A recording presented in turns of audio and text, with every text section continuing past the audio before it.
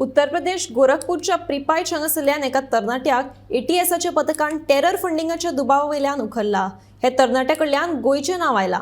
नेमकें प्रकरण कितें पळोवया।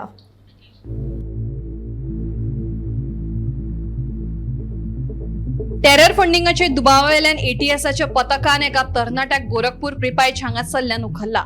ताचे चौकशेंत ताच्या कडल्यान गोंयचे एका मॅडमीचो उल्लेख जाला। गोंयच्या एका मॅडमीच्या आदेशावेल्यान तो ऑनलायन व्यवहार करतालो अशें ताणें सांगला। मात ताचे कडल्यान फुडले तपासांत सहकार्य मेळनाशिल्ल्यान ताका एटीएसान लखनौ व्हेला। आता हो तरणाटो टेरर फंडिंग काय हनी ट्रॅपात अडकला हाचो सोद एटीएस घेता। गोंयची ती मॅडम कोण? यूपी एटीएसा कडल्यान अटक केल्लो तरणाटो गोंयांत एका बोटीर आशिल्लो कामाक। 4 म्हयन्यां पयलीं काय कामानिमतान तो आपल्या गांवांत गेल्लो। तरणाट्याच्या बँक खात्यांतले व्यवहाराचेर एटीएसाक दुबाव। तरणाट्याचो ऑनलायन व्यवहाराचो संबंध टेरर फंडिंगा कडेन आसपाक शकता म्हणून एटीएसाक दुबाव।